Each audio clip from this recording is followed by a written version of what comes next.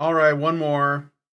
So you guys might have heard that GDC is this week. It started yesterday. GDC is the Game Developers Conference where a bunch of game devs get together and promote stuff, probably like just network with each other or whatever. It's not exactly like what the old E3 was, but it is definitely a place for professionals to come together. And being what's going on right now is probably really important that we see how woke it's going to get. So it's still early yet. It started only yesterday, but I think I'm already starting to see like rumblings of wokeness. So let's start here. This is Packer Girl, and she is. I'm going to assume it's a she based on the name and the picture. But I mean, I don't. Who am I to judge a book by its cover? I mean, I'm not a woman, so even though this avatar is female, it's not me. So, but all right. So Packer Girl has a thread here, and she says this year's Game Developers Conference (GDC) has quite the diverse lineup, including Game Narrative Summit, Comics to Games, great adaptations. Ironically, with Sweet Baby Inc. CEO Kim Belair, and that's just the tip of the iceberg. For some reason, my Chrome is like constantly crashing. If anybody can help me understand why this is happening, I'd appreciate that. I don't get it, but it's okay. So I have up here some of the screenshots that she took. I don't know if we're gonna see any videos. Like, well, I'm hoping that some stuff will leak it during the week. If I see anything, I will be sure to bring it to your attention. So here we have Kim Belair is one of the people who's going to be presenting, right? CEO, Sweet Baby Inc. And I'm sure that some of these other ones we may hear about as well at some point. Here is another note from the GDC: action-oriented, visual, collaborative, and multidisciplinary comics and games are natural allies, and adaptations of comic book IPs into video games multiply every year. In 5 bite-sized, nutritious micro talks, a panel of pros from both disciplines gather to share practical tips and knowledge to inform game devs of all stripes about adapting a comic book IP into a game from conception to release, the canon and how to approach it. Oh, the canon in quotes, interesting. Especially when dealing with marginalized characters whose portrayal must evolve even while the rules don't. Well, that is a red flag if there ever was one, right there. What publishers and licensors need from story teams and what makes the best IP collaborations work.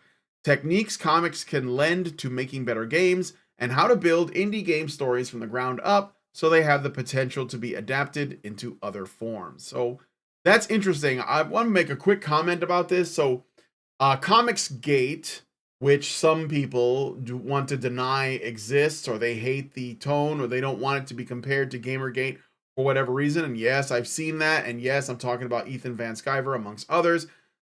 They think that it is somehow completely divorced from Gamergate, and it is absolutely not. And this is actually proof of that. But more so, I think that like it's just a reality that if you are going to tear down and infect a culture or a subculture like video games, it necessitates that you also infect other subcultures like film, like comic books, like music, and like television and animation and whatever else, right?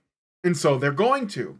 So naturally, if you weren't paying attention, Comicsgate, or at least like the culture war front within the world of comic books, had been going on for quite some time.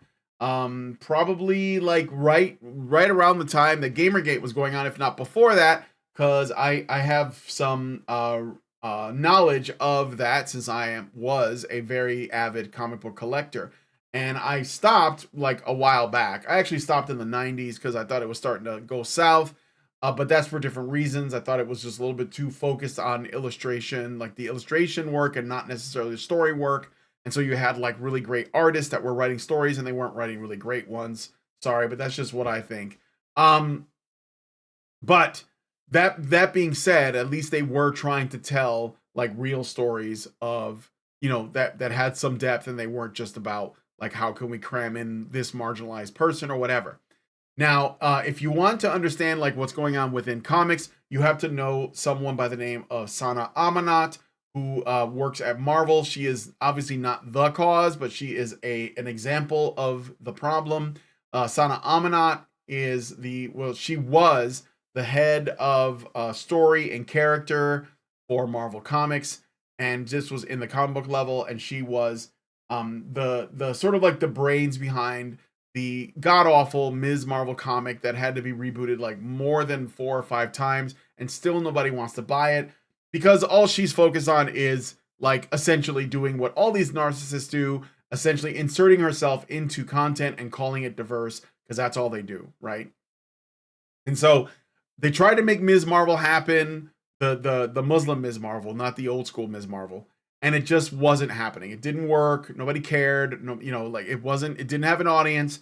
And so what did Marvel Comics do? Well, they just doubled down until essentially where they're at now, which is they're still trying to make that happen, but they're doing it in another way. They're going in through the back door. For example, Sana Amanat has said that sales don't matter to her. What matters to her is the sort of like social cultural impact, and that is why they're pushing this. This is why they've done what they've done with the films. This is why they've done what they've done with the video games. You remember the Avengers game that Square Enix put out that also bombed? Had Ms. Marvel as a central character. They tried to make Miles Morales happen the same way. Some people might say, hey, Miles Morales isn't a bad character, blah, blah, blah. But Miles Morales there's nothing there. It's just Peter Parker, but with darker skin. It's literally almost the same story. There's nothing unique about it. Miles Morales is Miles Morales. There's a reason why nobody calls him Spider-Man, because he's not Spider-Man. He's Miles Morales. So sadly, this is the problem, right? You could even do a woke character justice, and it still will stand in the shadow of what it is that it's trying to subvert.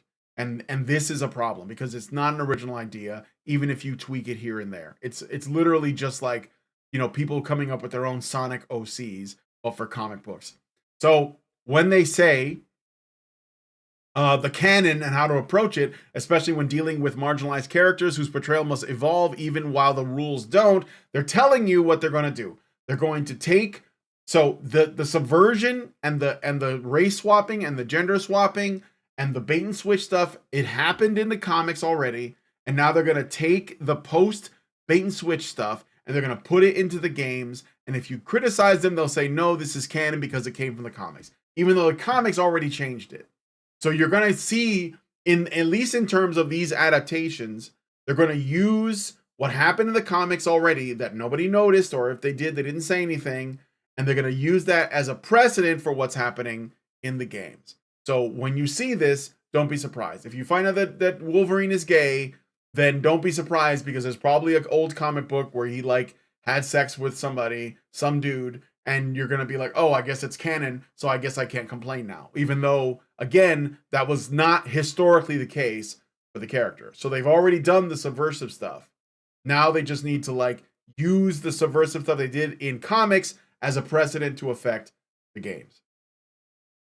So none of this has nothing to do with gameplay, by the way. This is all story stuff. And the last screenshot, hopefully this stays up. Takeaway, this talk, so this is the talk, this talk provides a survey of adapting comics to games. It will provide attendees with a better understanding of the process of adaptation with tips and tricks they can use to facilitate their work, new ideas, methods, and ways of thinking. Ways of thinking is a very communist term. I could come back to that another time, but it's like ways of knowing. I would look it up. I don't know if there's like, I guess the best place would be New Discourses podcast. There is a lot about the ways of knowing. This is ways of thinking. It's the same thing. It's like, again, it's a rhetorical device that is essentially trying to teach you how you're supposed to see things, and essentially it's an attempt to control your thoughts for inspiration and contemplation. Intended audience, this talk is intended for game writers and designers at all career levels who wish to deepen their knowledge of comics in relation to games, discover a new love of comics and their techniques, or simply sit in joyful camaraderie with others who are interested in comics. Again, that's all very manipulative language. I would not trust that as far as I could throw it. And I guarantee you that this year is going to be super, super woke at the GDC. So be on the lookout for that. Here is oh man, still having trouble with my Chrome. I'm at to switch browsers again. I don't know what's going on here. So here's another one we're going to go back to this year's GDC lineup, Narrative Summit, Comics to Games, Great Adaptations. Is this the same? Oh, crap. See, this is happening again. I don't get it. This is really strange. It really bothers me. Oh, here we go. Black Designer's Dilemma. So this is different. And there's more. There's so much more. I'm gonna just go through this one and then we'll stop it there. And I'm just gonna have to like do something about my browser. So sorry about that. So here we have this. Prepare to immerse yourself in an insightful panel presentation that transcends the traditional format. That means it subverts it and tries to destroy it. Building on the positive response from last year, our session introduces challenges that tackle company culture issues affecting Black designers. So we're going to destroy your company from the inside. I mean, if you let these people in, you deserve what happens to you. I'm sorry, but like you have to guard keep, guys. We have to gatekeep the crap out of this. Join industry experts and professionals in collaborative problem solving and gain actionable insights for reshaping company cultures to empower Black designers. Oh my God, it's so feminine. Takeaway: participants will exit this session with a comprehensive understanding of strategies for empowering designers within studio environments to create communities that empower diverse perspective. Holy cow. That is the cringiest sentence I've ever read. Attendees will learn how to engage in interactive design challenges, collaborate with industry leaders, and develop actionable plans for driving positive change. It sounds like AI wrote this. This panel fosters innovation in a way that elevates your approach to company culture. God. So just right off the bat, they're going to use race as a wedge to essentially gain power and control over the studio environment, over the culture of the environment itself. If these people let them, they're screwed. Like it's over. Like they're gonna become tyrants. I mean, they already are. They're narcissists. Clearly, they're narcissists. Intended audience. This panel welcomes professionals from all sectors of the gaming industry, including designers, studio executives, HR managers, those are the worst people, and team members. No specific industry experience is necessary, making this session accessible to those who seek to foster inclusivity within company cultures. And my thing crashed again. Well, that's okay. I'll have to figure this out at some other point, but thanks, guys. That gives you just a glimpse. GDC is going to be woke as hell, and I hope you're ready. They have things like, here's another talk. It's I'm not going to put it up here, but it's prototyping Afrofuturism, abolitionism, and climate justice through games education. Harmonizing player experiences. Sounds innocent enough, but then the advocacy format, panelists and description tell a different story. I'll have to look at that later. But check out Packer Girl, and we'll come. Maybe I'll do this as a live stream at some point because there's a lot here. Non-binary by design. Holy cow! Creating diverse care, writing what you know we don't. Here, let me put this back on the screen here. Again, my thing crashed. I'm sorry. I don't know what's going on with this, but yeah. So here we go. Prototyping Afrofuturism. Sorry. Afrofuturism, abolitionism, and climate justice through games education. Fair play workshop, harmonizing multiplayer experiences. And I think it's going to be how to assess risk for disruptive behavior. I can already see it. So it's going to be about controlling the actual like environment of multiplayer play. Community management, how to grow your game by fostering inclusivity and diversity in your game communities. Holy cow, brought to you by Capcom. Okay, that's a red flag. Future Reality Summit, identity and involvement, what players really want from AR games. Game Narrative Summit, creating diverse characters, writing what you know and don't by Respawn Entertainment.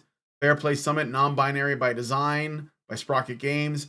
Prismatic People, queer narratives beyond romance closing the gender gap in game audio design, Black Developers Matter Roundtable. Holy cow. Holy shit. This is going to be cancer. So stick around. We'll do more. I'm going to wrap it up there, figure out what's going on with my browser. I apologize. I don't understand it. It was working fine for a while, and now it's crashing all the time, and I have to refresh constantly. So if you guys know why Chrome is doing this, let me know, and I will be sure to address it. For now, I think I'm going to try and just use a different browser, I guess. I'm back to Brave or something. All right. Well, anyway, thanks guys for checking out the video. If you like this video, please hit like, subscribe if you're not already subscribed. Try to get me to 500 subscribers. I have plans on doing a maybe like a weekly live stream podcast type format. I've been talking to Mike J, who is one of the people I work with at Honey Badger Radio, about doing it with me. I think it could be really cool and fun. So let me know if you're interested in that. And yeah, like, share, subscribe, comment, and I'll talk to you all in the next one. Long live Vivian.